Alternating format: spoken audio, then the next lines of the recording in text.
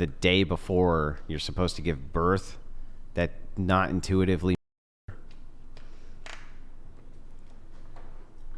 I don't think that I would say my definition of what is murder is intuitive. I think it's based on the category. Murder's not intuitive? I would say then why would we have a law against it? Well, I was going to say, no, not intuitive as in like, oh, you don't intuitively believe it's wrong. But my position on this is not just pure intuition. I think we've already established that my definition of personhood is not fully fleshed out. I don't have a fully fleshed out legal definition of personhood. But it's based on my reasoning that before you are born, when you're still in your mother's womb, there's problems there with considering that a separate person, because I mean they're not a separate person. They don't have the ability to survive outside the womb. So then, okay, viability might be the point of, so if I feed you while you're unconscious, are we separate people?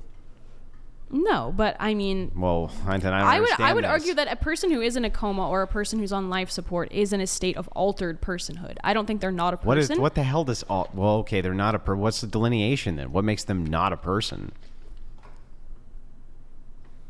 I mean, I really don't know. Wouldn't you give them the same moral consideration you would to anybody else? We don't take the life of individuals, but we can take someone in a coma off life support. We can take... That's not taking... that there's a distinction here to be made, okay?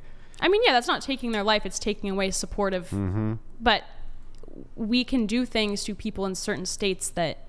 I mean, the death penalty. You can argue that they did something to deserve it, but we have reasoned somehow that justifiable in the case of... Well, what this is an unjustified to begin with, right? That's a definition that you've chosen. That's the definition you would back up, wouldn't it? What else could it be other than an unjustified? It couldn't be a justified one. I guess, I mean, would you consider like in self-defense to be... No, that would be a justified, right? Okay, so it's just...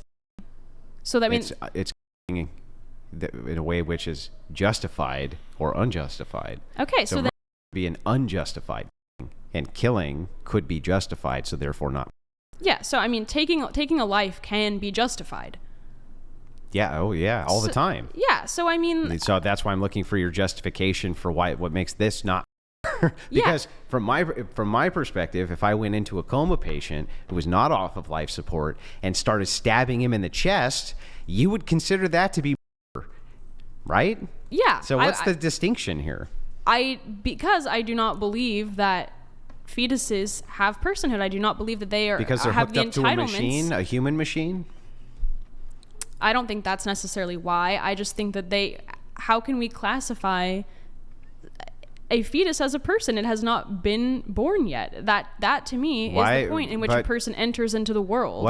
Prior to that, they are gestating. When you say born, right, you just mean outside of the womb, right? Well, there's a reason that, I mean, we have a word for it, fetus, and you can call it a baby if you'd like, but the accepted term is fetus, and then when it's born, it's a baby. There's obviously a difference there. And he's an adult, and that could be a child, and that could be a cousin, and that could be, you know what I mean? But they're all still identifying human beings. Is he an adult, make him less of a human than you being, let's say, a child, or him being my cousin, or him being my aunt. They're all still human beings, right? Yeah. So just saying it's a fetus does not negate humanity. No, but I mean, human is different from our legal category of personhood.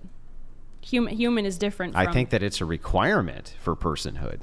It is a requirement, but it's not the whole of the definition. So what is it? What is it? But you don't know. Well, I would say there's a number of different things that I said I don't know if I have the whole definition. Yeah, so what would make you not a human being? I would be curious to see what... Because I know that it's up for debate, and I know that, like... the legal category was established. I mean, I want to be as charitable as possible, honestly. No, right? But if you're saying it's really hard for me to be charitable if you say the day before you're slated to give birth, if the mom goes in and aborts, you would prefer that she didn't, but it's not her. That to me does not seem like a rational position, because the only distinction is, well, the baby's still inside the womb, but I'm not sure why it would make it less of a person. Well, whether or not you agree with my rationality or my rationale is that personhood begins when you're born. And is but why does it begin when you're born? What makes you a person then and not the day before? I don't understand that. I can't figure out a single distinction. Being born, I guess. I mean, that just is my rationale. Yeah, but that's just a process. Like, okay, what if it was in a machine? What if the kid was in a machine, like an artificial womb? Like prior to. Yeah, and the day before. I mean, it's totally viable to take out of the artificial womb. But the day before you release the chamber, you go, and you press the dump button. See, that would be different to me because it's existing outside of its mother's body. It is a... Yeah, the machine is its mother's body now. I know, but it's the same thing. It's in the real world. Clearly, it's in the real world in its mother's body. What is it in a fake? Is the uterus a magical fairy world? No, obviously I don't mean that. It's existing. I mean, that's all I can say is really it's existing outside of the mother's body. Whether or not it's on some what kind would of make it less of a human being because it's inside of your mother's body? I'm not saying it's less of a human being. I'm not talking about humanity. I'm talking about personhood. Because that really less is of the a debate. Person then. The fact that it is part of the mother's body. Yeah, but it's part of the machine. I mean, that's something to think about. But I mean, like, we consider people on life support to be people. Yes, there are certain things that you can do. Yeah, but it can survive. The difference is on life support, you can't survive without the life support, right? Mm-hmm. In the case of the machine, you could survive outside of the machine. In the case of that womb now, you can't. The baby could survive outside the womb. They're viable in the machine and in the womb, maybe not on life support. Mm-hmm. So these situations, the artificial womb and the uterus, seem identical to me. What is the distinction here to be made? So, okay, you're asking, like, if a baby is viable, is... case. I honestly,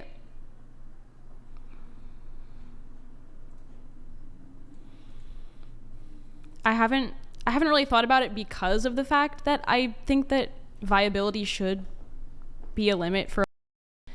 But I mean, I want to say no because I still think that personhood is when you're born, and I don't think that you can call it otherwise.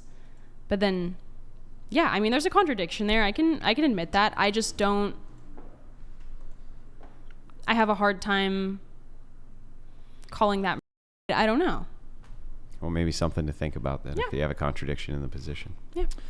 2 other quick topics, then we'll do, if there are any super chats, they'll be